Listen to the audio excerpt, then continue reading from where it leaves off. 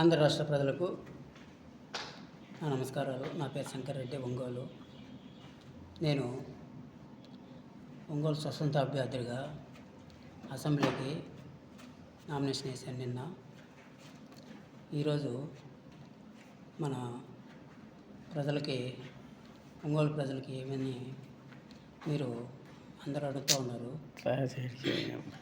మీరు ఏ నినాదంతో నామినేషన్ వేసావు, ఏ విధంగా ముందుకు పోతావు, ఏ సమస్యల మీద పోరాడతావు అని పాలకులు కానీ, మీడియా వాళ్ళు కానీ, కొంతమంది నాయకులు అందరూ నన్ను క్వశ్చన్లు వేస్తూ ఉన్నారు.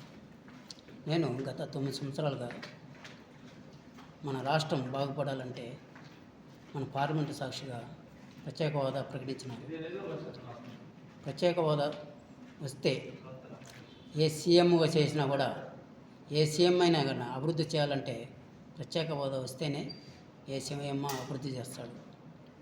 ప్రత్యేక హోదా వస్తేనే మన రాష్ట్రాలు 13 రాష్ట్రాలు 13 హైదరాబాద్లో అవుతాయి. ఆ నినాదంతో నేను నామినేషన్ వేయటం జరిగినది. ఒంగోలు ప్రజలందరూ ఇది గమనించి మీ అమూల్యమైన ఓట్లు వేసి నన్ను గెలిపించుకోండి. మన రాష్ట్రము, మన జిల్లా, మన ప్రకాశం జిల్లా ఎలా అభివృద్ధి కావాలో నేను అందరికి చేసి చూపిస్తా. గత పాలకులు మన రాష్ట్రం, మన జిల్లాని అధోగతి పట్టించినారు. ఆడ వేసిన గొంగలు ఆడేవాళ్ళు.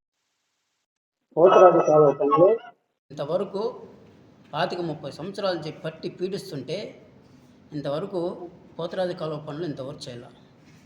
ఒంగోలు టౌన్లో చిన్న వర్షానికి మోకాళ్ళ లోతు నీళ్ళు వస్తున్నాయి. మురికి నీళ్ళు తయారయ్యి దోమలు కేంద్రంగా ఏళ్తున్నాయి. ఈ విధంగా పాలకులు చూస్తా కూడా ఒంగోలు హెడ్ క్వార్టర్ అయ్యింది కూడా గత పాలకులు ఏం అభివృద్ధి చేయకుండా మన పోతరాజు కాలువ కానీ, ఇక్కడ ఒంగోలు సమస్యలు ఎన్నో, టంకు రోడ్డు కానీ, ఇవన్నీ అభివృద్ధి డెవలప్మెంట్ చేయకుండా ఎక్కడైనా కానీ, కొత్తపట్నం రోడ్డు చూడండి, కనీసం పోవాలంటే 1/2 కిలోమీటర్ లేదు, కనీసము గంట పైన పడుతుంది. ఈ ట్రాఫిక్ క్లియర్ చేయకుండా కళ్ళు కనపడటం లేదా? గత పాలకులకి ఈ విధంగా కనీసం అభివృద్ధి చేయాలని ఒంగోలు హెడ్ క్వార్టర్ అయిన ప్రకాశం జిల్లాలో ఒక అభివృద్ధి చేయాల్సింది పోయి ఏమి ఈరోజు కూడా 4 రోజులకి 5 రోజులకి తాగునీరు ఇస్తూ ఉన్నారు.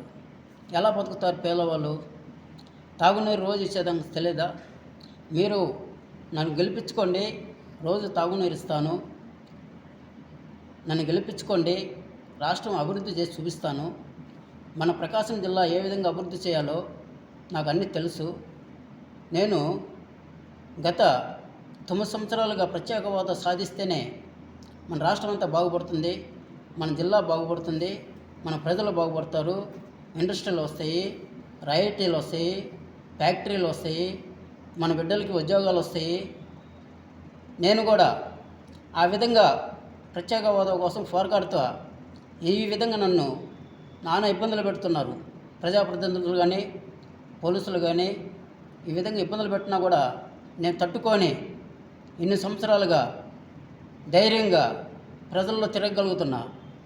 నేను నామినేషన్గా వేసాను కాబట్టి ఒంగోలు ప్రజలందరూ నన్ను మెజార్టీతో గెలిపించుకోండి. అభివృద్ధి అంటే ఏందో నేను చూపిస్తాను.